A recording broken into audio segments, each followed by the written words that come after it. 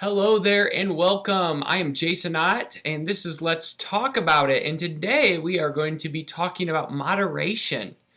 I know we've heard it time and time again, but let's actually think critically about it. Let's talk about it a little bit here. What is moderation? Does it actually work? And if you don't think it works or you do, why? Well, how do you define it? And I think that's where we need to start right off the bat. Is I hear this time and time again. People come to me and they're like, well, everything's okay in moderation, Jason. Okay, what does that mean? Because my definition of moderation is much different than your definition of moderation. Very, very, very rarely when we start talking about this do I actually believe me and the client I'm working with, or me and the other professional, or me and the audience I'm speaking to. Very rarely do I think we actually have the same definition of moderation. So I think the first thing we have to do when we discuss your health, we need to stop being so general about things. We can't throw terms around about, well, is this healthy or is this healthy? For who? For whose goal? For whose health history? What are you trying to achieve? Well, can I drink in moderation? What the heck does that mean? Because my moderation of drinking alcohol probably is different than yours. I don't drink alcohol. Not a lot.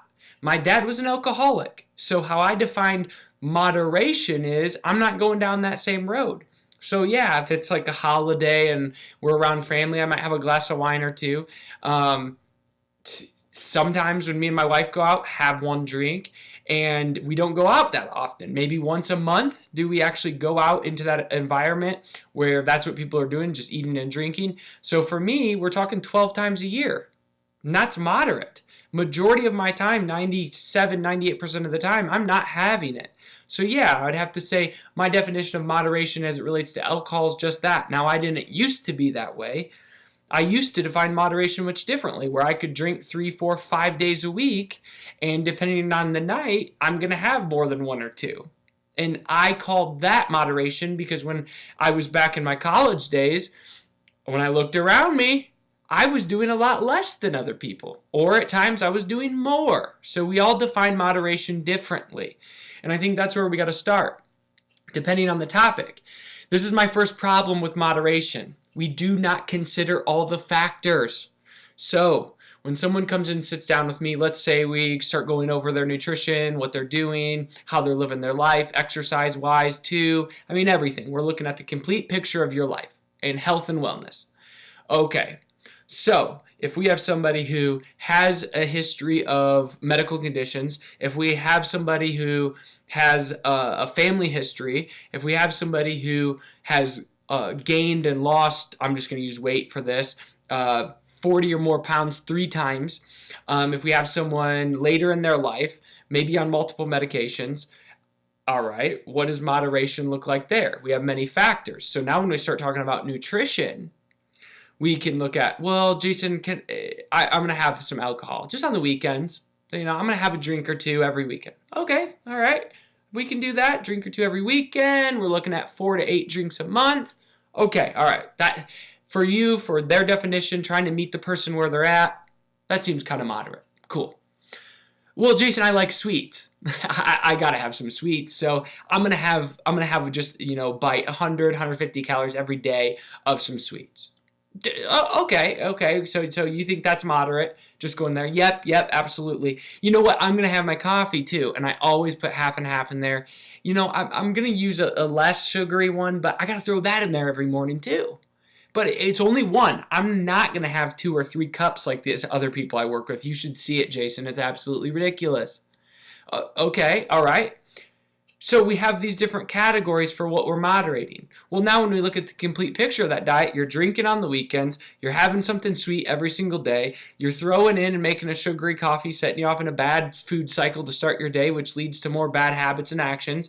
So is that really moderation? Oh, whoa. Within that way of living, well, there's on my kid's birthday, well, and then we got this holiday coming up, and I always eat worse then, and I drink more then too, so that's moderation, because I only do it that way on holidays, but you just said you still drink and eat these things on not holidays, and not get-togethers. So now when we start looking at the holistic part of your life as one big whole on an annual cycle, you're having sweets every day. You're going to have your coffee every day with the sugar creamer. You're going to drink only on the weekends because that's moderate in your definition or whoever's definition.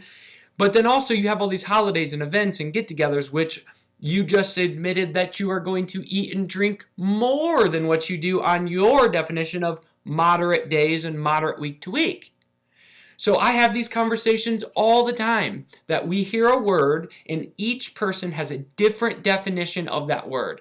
And I know it takes time, it takes effort to actually dive in and think critically, but this is what we do as humans. We do this all the time, where we take and we don't want the specifics, we don't want the details because we like our own definition of what that person, boss, spouse, professional, whoever, politician, whatever, you don't want it to be more specific because that affects your belief and that leads to more questions and more time and energy to figure that out. So, first of all, we don't account all the factors. We might think of moderation on a day-to-day basis, but not a week-to-week, month-to-month, or annually. And therefore, it's short-termed. It's short-term thinking, which always leads to suffering because we're not putting everything together. So, first problem with moderation is we don't have a clear definition of it for every person. 2 plus 2 is 4. It always is, it always will be. Everybody knows that's the answer. That's not the same for definitions of words when we define it differently. So, the factors. Now, moderation is defined as the avoidance of extreme or excess amounts of something. Okay, the avoidance of extreme or excess amounts. Even in the definition, it's vague. Well, what I think is excess and what you think is excess, or what I think is extreme or you think is extreme, are two different things. Okay? So now, even the definition, when you try to define it more clearly, it's just not working. It's vague, right? So excess, if I read that definition, the amount of something that is more than necessary or desired. Okay, now we're getting to some key words. So when we put in excess, and it talks about is the amount of something that is more than desired. I like that definition, and here's why I like that definition. Now, based on your outcome and your goals and what you want to specifically achieve, is moderation okay? I'm going to give you a couple examples. If you have a desired outcome, that's what you want. You now set up a line of different definitions of what you believe you can get away with or is okay to get away with to keep as much of your life as you want, and you only have to change so much so you're happy. Now you have a more defined parameters for what your definition of moderation is. I hope this is making sense. So for example, let's take somebody, and I'm going to stick with weight loss since I used it because it gets too just gets too fishy when we start talking about specific medical conditions as far as how I view it in my opinion. So let's just do weight loss for example. If I am meeting and sitting down with somebody who's got multiple dietary diseases, maybe they have some heart disease, some diabetes, high blood pressure, great, and they are trying to lose 100 pounds. They are 100 pounds overweight. They have had just absolutely, for a long period of time, they have not had good eating habits, right? So what I give them as parameters for moderation, let's say you're eating fast food once a day, you skip breakfast because it's just too much of a hassle. We have the coffee though. We don't really drink alcohol, but we love our sweets. Whatever it is, however you gotten that, they're eating excess, which led to the 100 pounds. Now let's take someone who comes to me that maybe has an autoimmune condition and they need to get 10, 15 pounds off their body, and that's really it. Well, when we look at it from that way, now it's going to be a little bit different because this person's moderate is going to be much different than this person's moderate. This person over here has dietary diseases and they have 100 pounds to lose. So in the beginning, if I'm meeting you where you are, your parameters for what you're allowed to have in moderation will be much different than the person that is fighting an autoimmune condition. So their body and their immune system is subject to the foods that are put into them, and they can't do that, right? We can't moderate foods that set off your autoimmune condition. So we can't have those at all. That's your moderation. But then your weight loss needs are much different too. You might even have to be strict because you don't have this excess. Majority of the people I've worked with, in that case with 80, 100, 150 pounds to lose, they could still eat some fast food every day and stay within their calories. I know it's very vague, but they would begin the process of losing weight. And as they get 10 pounds off, 15 pounds off, then we say, all right, we need you to start preparing a better meal. You got some momentum, great. And we meet the person where they are and we slowly get them to where they want to be. So the definition of moderation itself changes as you progress toward your goals. Now, with that all being said, how do you define it? Your homework, even though I'm not going to see you, your homework is to sit down and define what moderation means to you based on your desired outcome of what you want to be as far as your health is concerned. So when you do that, now we're talking about bio-individual definitions and goals. And that's really what this is. Because what I believe healthy is much different than a lot of other health professionals. Because I don't jive with some of the belief systems that are performance or weight loss based and neglect to care at all about the person's internal organ function. In fact, that's not even a thought. Or care about their digestive system or their immune system or so on and so forth. So now you need to define what moderation is to you. So that's where we first have to start when we talk about the topic of moderation, is you have to see the polarity. You have to see the extremes that we have, that it's just not a one-size-fits-all. Okay, now with that being said, I would like to throw another layer on this. When you talk to somebody, or when I have clients that are not born in America, they are not from here, they may have moved here, but they grew up in a different country with different cultural beliefs, with different norms, with different views on health, with different views on mental health, of emotional health, etc., etc. The moderation that they come up against, give you an example, Denmark. Okay, I go to the grocery store in Denmark to pick out the stuff that I need now. Okay, I just moved there. Let's say I'm there for a couple weeks. I'm gonna need to get some stuff. Okay, cool. I need toothpaste, maybe some deodorant. I'm gonna get food. I'm gonna get that. I go to their grocery stores and it's different. They don't have 57 different toothpaste brands. They don't have 25 different deodorants. They don't have a list of food products up and down. Like, we go to an American grocery store, you literally have aisles of food only created in a laboratory and factory. That's really weird. There are countries that make fun of us because of that. Literally in their airports, they're making fun of it. Like, what America calls organic, we call food. Like, we have such a warped perception of what is okay in moderation in America. So when we go into different countries and different belief systems, their definition is different because they don't have all the options we have here, which is very, very confusing because we are now living in the time right now, 2019. Yep, I'm going to be historically right on this one, where we figure out that this moderation of I can have stuff created in a factory and a lab every single day because it's marketed as a quote-unquote health food, which is such a vague definition of what a health food actually is. That's a whole nother video. We view it different because when we look around, if I'm, cooking my own meals at home and I got coworkers that they eat out every night, or I bring my lunches to work every day, but coworkers go out 3 or 4 times a week to have lunch.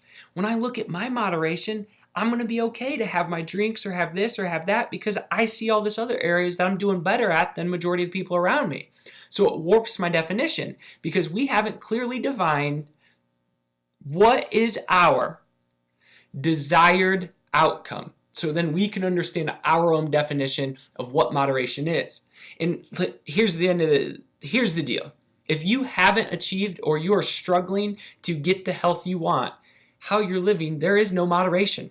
Your definition is flawed to begin with. So we need to change whatever that looks like. And that's a mindset thing to see, okay, this really is moderation or this is not based on my health condition. I will help you figure that out, or my health goals. Not everyone has a condition. So now when we start to look at it, we have all these different factors. And even though I do not believe you can outwork a bad diet, I will say this, is there are going to be people that are going to lose weight. Let's say your goal is just weight loss. That if you exercise 3, 4, 5 days a week, you're going to have a little bit more room for your moderation. I hate to say it, but it's true. I've had people lose 50, 60 pounds, and they were able to still have their glass of wine every night. It can happen. It's just how disciplined are you going to be in the other areas. So once we go through all of that, you define what moderation is to you. You actually start looking at your desired outcome or your desired health goals, okay? And then we start to sort through the clutter that is here in America. Now, I'm not knocking on it. Look, I love the fact that we got so many choices. We live in this country that is beautiful to the point that we can have all these things. Not a lot of countries get the choices, so therefore their definition of moderation is already made up for them. It's not an option to have more because they just don't get it, or financial means don't allow them to get it. But here, we have a thing called diseases of affluence or diseases of kings. We have now moderated a standard American diet, which is SAD, that's the acronym, that is built on moderation of things that isn't moderate anymore. So when we start to look at everything in a holistic standpoint, we have to define that. Now, I like this definition of moderation. The blue zones are the longest living and healthiest people in the world before their cultures and cities were westernized. So back 70s and prior, a little bit into the 80s, before Western ways of life and processed food products entered their societies and made their way they live different, the blue zones looked at moderation much differently. This is the way when you speak to most people in America or wherever, I would say majority in America, when they define moderation, they will define it as, well, I really only eat bad the weekends, or like if there's something going on, or I'll just have a little bite of this every day. Well, that sounds excessive to me. If you're having it every day, you're not moderating anything. You're having it every day. So that's not going to work, especially if you're in a hole. The blue zones, though. So these people, the largest percentage of centenarians, these people live on average, 15 to 25 years longer than Americans, with a fourth of the disease rates. These people are set to be, this is, an opinion thing here, but the happiest people in the world. They live very simple, and they just don't have the same health issues we do in America. Okay, so when they look at their diet, we're just going to talk diet here. They moderate two things. One, majority of them don't have processed food, period. They just don't. They're not eating out of boxes, okay? They might go buy something that's in a bag that's a whole grain and take it home. Cool. But it wasn't made in a laboratory. It wasn't made in a factory with a bunch of preservatives. It is a whole food source. So if it's in a bag or a box, it's a whole food, all right? So they're eating a very natural way. There's not preservatives, there's not chemicals, there's not steroids, there's not antibiotics, there's not all this stuff put into their food. Okay. Alcohol-wise, Sardinia, Italy, they're all about having some wine, a glass at night, but not to get drunk. It's not to get drunk, okay? There's no excess here. I come home, it's built into my evening dinner, and I have a little bit, and I go to sleep. I'm not sitting there pounding my blues away, or, hey, you know what, I always go out and it's Thirsty Thursdays, and that's what I do. I get wasted, but then Friday we usually have some stuff, and then Saturday we got tailgating, and then Sunday, well, that's Sunday fun day. No, it's not like that. And the disease rates follow. Now, I'm not saying don't have fun, but I will define how I look at moderation after I get through all of this and how I look at it. So the blue zones, I think, have the best definition, and it shows when you look at their disease rates and longevity, because they just have a little bit. Now, They do not eat in excess. So the calories daily, it's not in excess. You didn't find overweight people in the blue zones, period. So right off the bat, the moderation was never to a point of excess, which is the definition I gave you in the beginning, okay? They got through their day, they're good to go. When they would have sweets, when they would have these desserts, when they would indulge, it was only birthdays or holidays. So in a household, let's say there's 4 or 5 people, we have 5 birthdays, and we have 2 to 4 major holidays. So we're looking at a total of 7 to 8 days out of a year. Otherwise, they did not have the food, didn't, because it was in moderation. They didn't have it. So they're not overeating on a daily basis. They don't have things every day minus wine. They would have a glass of wine a night.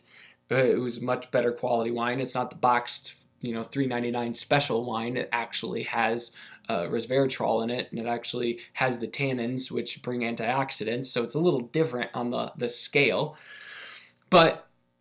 And then when you looked at the sweets or any sort of like process was there. Now let's get into the animal products. Majority of them did have animal products of talking about a little bit of dairy, more on the goat's milk, but would have some dairy in there, eggs, and then animal products, so meats. First of all, their meats were not packaged, meaning they're not farmed meats. They're not injected with steroids and antibiotics. Once again, this is not moderate anymore. When the average American has to have meat every single meal, and in order to hit the demand, the supply and demand needs, we have to process animals in these farms, farm-raised animals, right? I'm okay with free range. I am okay with wild caught. I am okay with grass-fed beef, if you eat it within your range, because at least it's a more natural way of eating. I am not okay with farmed animals. It is one of the worst things you can put inside your body. Okay, not to mention all the ethical reasons of how they treat them. That's messed up too, but it's one of the worst things you can put in your body because we don't eat it in moderation anymore. We need it so much that we have to farm them in mass quantities to meet the excess demands because of the obesity rates. I'm going to say it. Because look at our obesity rates. If we weren't eating in excess, if we were in moderation, we would not have those rates. That is a definition of it. Now it sucks because we're not clearly given all the facts. I don't blame any person. I blame a lack of transparency on the industry, and then I blame the person for personal responsibility. Meaning, if we knew all the facts up front, and then you still choose to go a direction, that's what I'm okay with. Just like with smoking. Once the truth came out, I couldn't put 100% responsibility on the individual with smoking because it was endorsed by doctors for years. Everyone did it. It was a cultural popularity thing that happened. After the 20 years and 6,000 plus research studies, and the Surgeon General finally came out and said it's bad, it causes disease. Now, from that point on, once everybody knows, and it is public information, you smoke cigarettes, that it will lower your longevity, it will lead to disease and cancers and all the toxins in it, and then you decide it, now it's all on you 100%. It's not industry, you can't blame anybody, you're choosing it, but you have the facts. We don't have all the facts when it comes to nutrition. We just don't. We should be learning about this processed way of eating in health classes starting in elementary school. We should have a curriculum like that all the way through so people understand the magnitude of what we actually have going on here.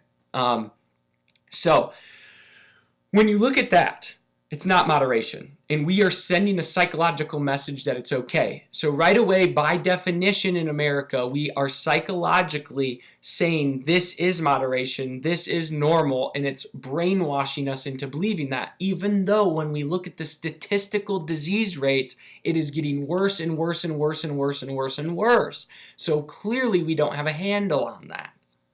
So the blue zones, they might do it once a month. They'd have a family get together where that's when they really indulge, man. They would get a quality cut, or they would kill and butcher some of their lamb, or multiple families would share a cow and they would all do that and break it down, and they'd have this big feast and they would have these things. But once again, we're not putting that in a high volume in our diet. It's not in every meal. There's room for all of these other whole foods, which are very life-giving foods. And when you look at their definition of moderation and you look at the statistical facts on their longevity and disease rates, I think they have a better idea than we do.